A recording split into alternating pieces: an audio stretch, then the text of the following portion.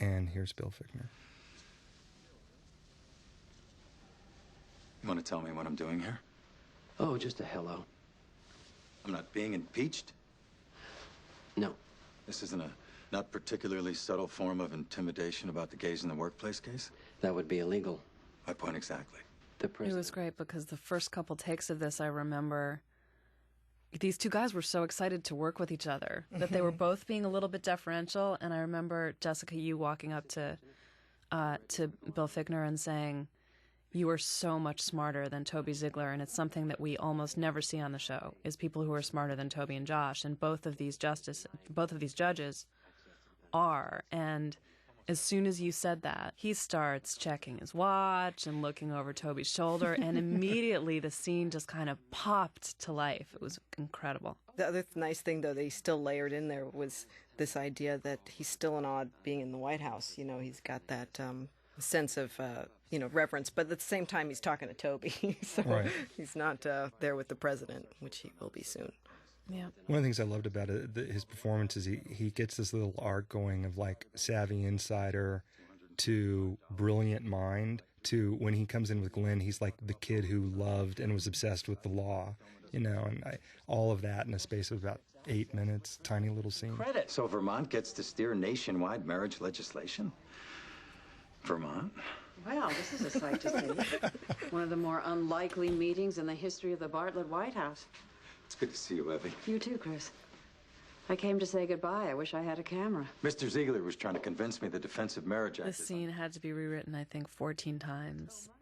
Between me and poor Josh Singer running back and forth to his constitutional experts, figuring out, us trying to figure out, what do the two smartest legal minds have to say to each other about the Constitution? I mean, but it was so great, though, because I think a lot of people think, oh my God, when they get together, they're going to be fighting like cats and dogs, and they get there, but not in the way that you would think. I mean, they're sort of their conflicts are above, are in a different realm, I guess you could say. And I love how they meet and this mutual respect that's established, and then crumbles once they start. Not the respect so much, but the decorum crumbles once they get into their argument. Brad Whitford flapping his arm back there is one of my favorite things in the whole world. And they're as thick as thieves. Andy's a fan of chain yanking. She's defending him. Up is down, down is up.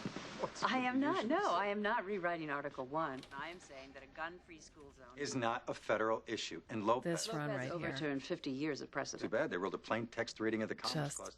This was hard. This was hard to do. Reading of the Constitution values a Negro at 3/5 of a man. Hence the 13th, 14th, and 15th Amendment. That's prodigious. Now look at how Fichtner's dealing with the president now that he's in with the president. He's like a completely, totally different side to the character that wasn't in the other scenes. I mean, every third of a scene, you're getting a different shade of this character. He's just fantastic.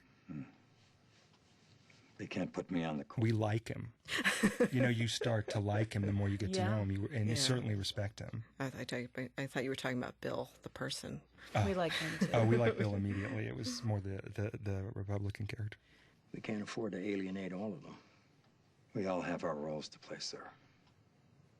Yours is to nominate someone who doesn't alienate people.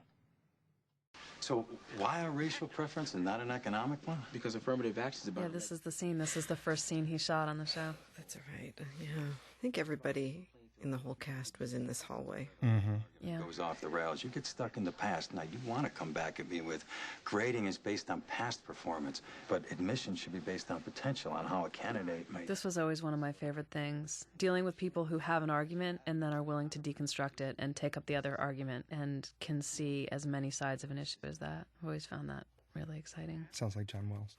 Yes.